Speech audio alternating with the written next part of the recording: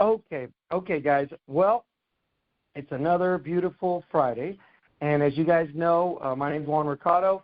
I give the wake-up call every Friday, but please make sure you get on every day because there's different leadership that's on the call, and it's just a great way to start your day. My passion, if anybody doesn't know, a lot of you already know, is personal development. It's something that I've been working on for the last 30-plus years of my life. I've gone through ups and downs in personal development, but everything that I teach you is all the golden nuggets, the things that work for me. None of what I teach is something I invented.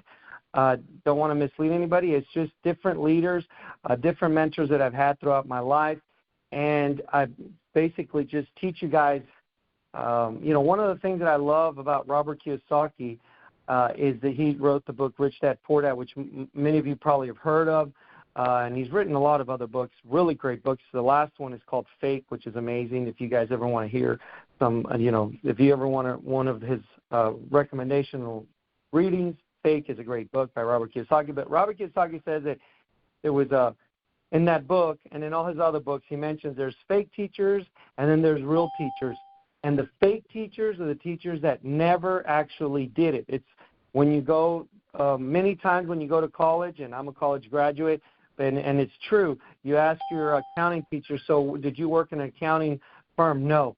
I only had one. My best accounting teacher, she actually worked in accounting and was still working in her profession, and she just taught part-time. So those are real teachers because they teach you from practicality. They teach you from what they've gone through.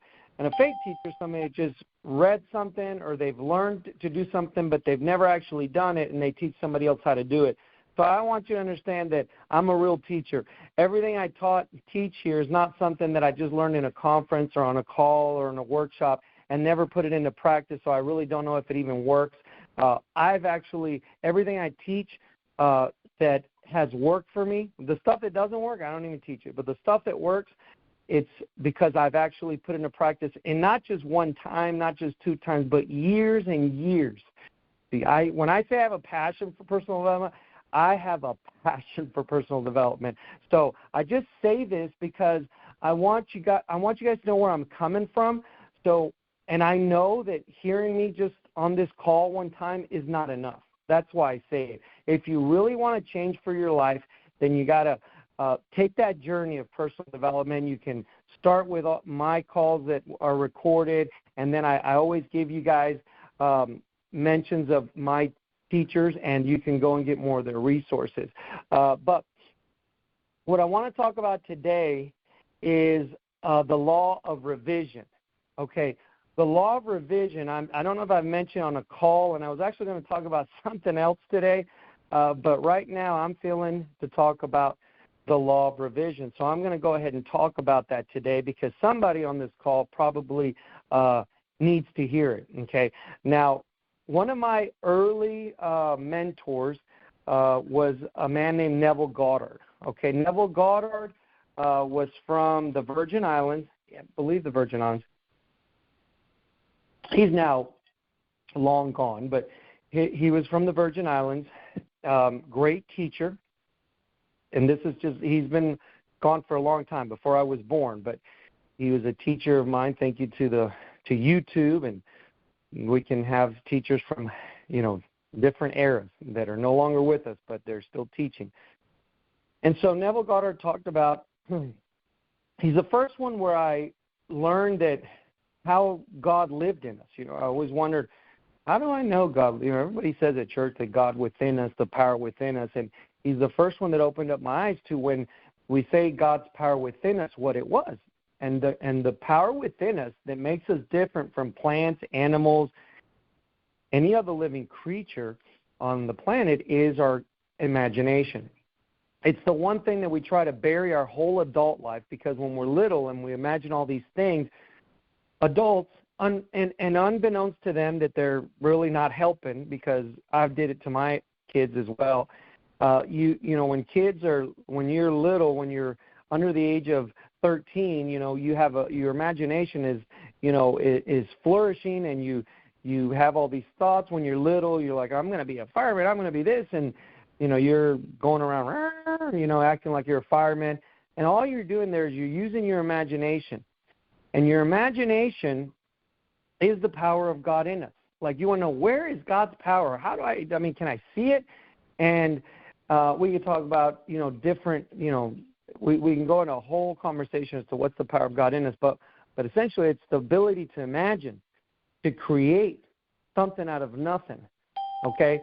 And so that's the thing that you got to always understand, that if you want to know, how do I know God's in me? How do I know? It's your imagination, the ability to think of something and an idea or a creation that doesn't even exist.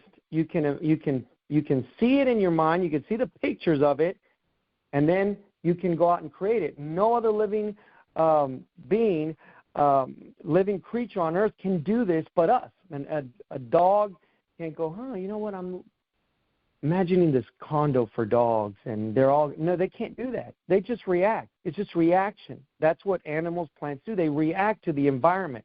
They don't create. So now that's not the lesson for the lesson for today is the law of revision. So what is the law of revision? And this is such a powerful law and a powerful exercise that you can do. And so the law of revision means that everything that is a product of anything that's happened, you can actually go back and you can change let me just say this, for example.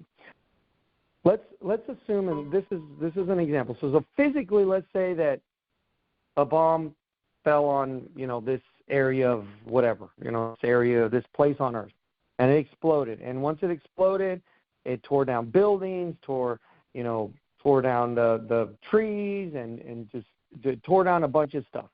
Okay? So it happened. And presently I'm looking at this disaster area, right? Ground zero where it hit. It's just all destroyed.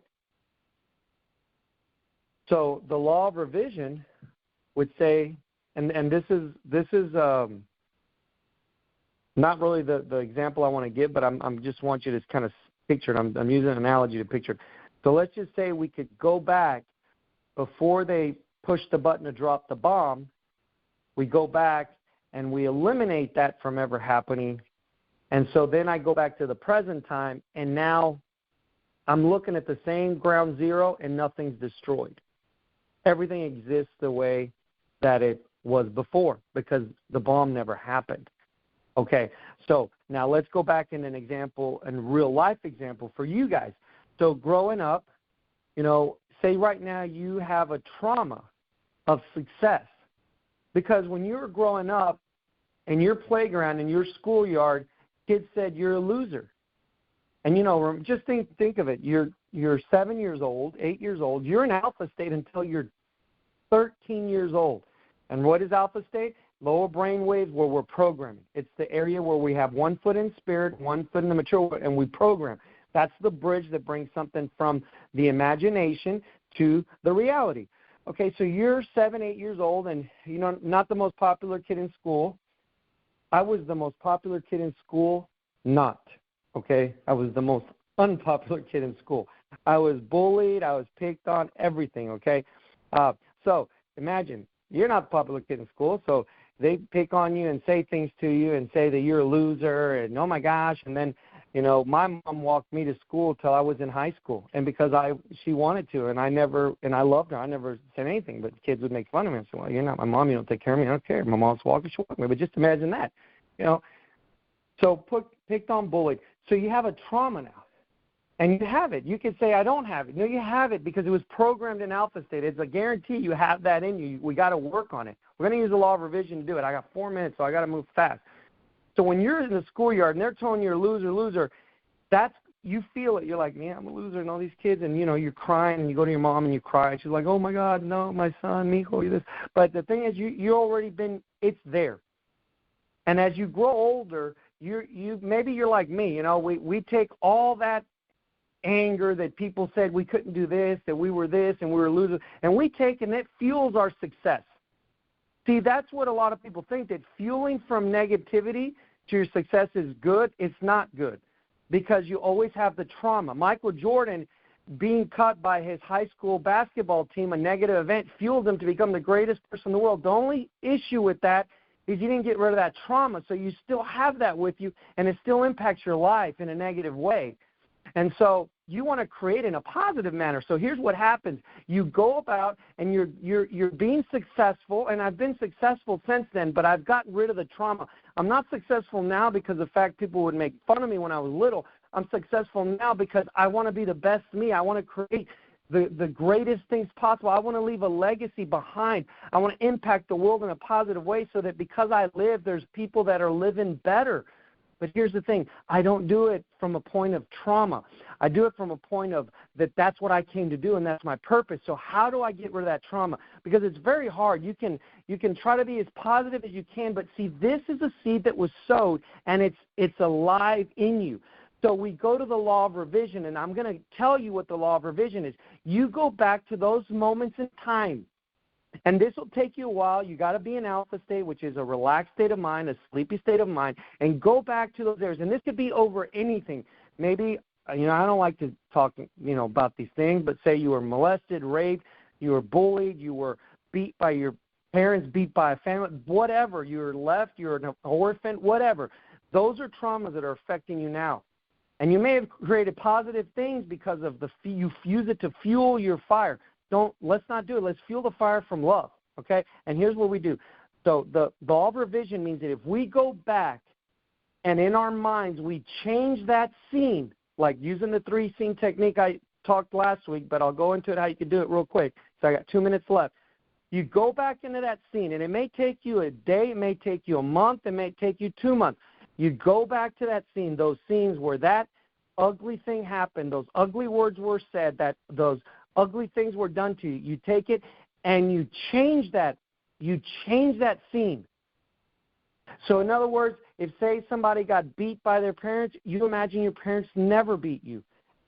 And you go, but I don't want to let that go. I don't want to forgive them. No, you have to. We're about personal development, guys. We're not about holding grudges and having hate in our heart. No, we're about personal development, becoming the best you, the best me that we can be. So you go back, and the law of revision is this. If you go back and you change that memory, and you can do it. I've done it, guys. You change that memory to a positive memory where it didn't happen, and you see the scene differently. Your parents weren't loving.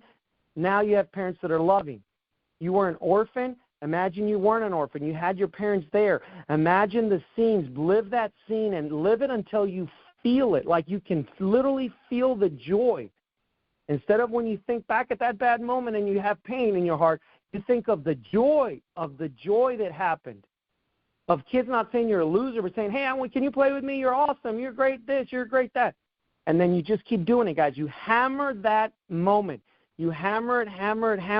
And what's going to happen is there's going to be a point where you just hit that perfect little, that perfect shot. It's like when a golfer hits it right in the sweet spot, or the basketball player, or the soccer player, or the football. It's the sweet spot. You hit the sweet spot where you just feel that was the reality you lived. And then you let it go. And what's going to happen is all the trauma that you've had since that moment that was created from that moment will now turn and be the opposite of trauma. It'll be your success. It'll be your seed of success. And if you're like, I don't believe this, well, try it. I'm going to give you 2 people because I'm out of time. And 2 people to look up. You can look up Neville Goddard and Joseph Murphy. Joseph Murphy's another mentor. They're all past and gone, but they left legacy behind. And if you go back and you look at, they talk about the law of revision and how this works and use examples. So Joseph Murphy was also a psychologist, so he actually practiced, and he did this with his patients, and it works, and it's worked for me. I'm telling you because it works. I've done it. It'll work for you. Guys, I love you. Go back and listen to this call. There's a lot of meat on here, a lot of stuff, so just go back, listen. Love you. We'll see you next Friday, and if there's any questions, just don't be afraid to reach out to me. Talk to you later. Have a great, great weekend. Enjoy the family.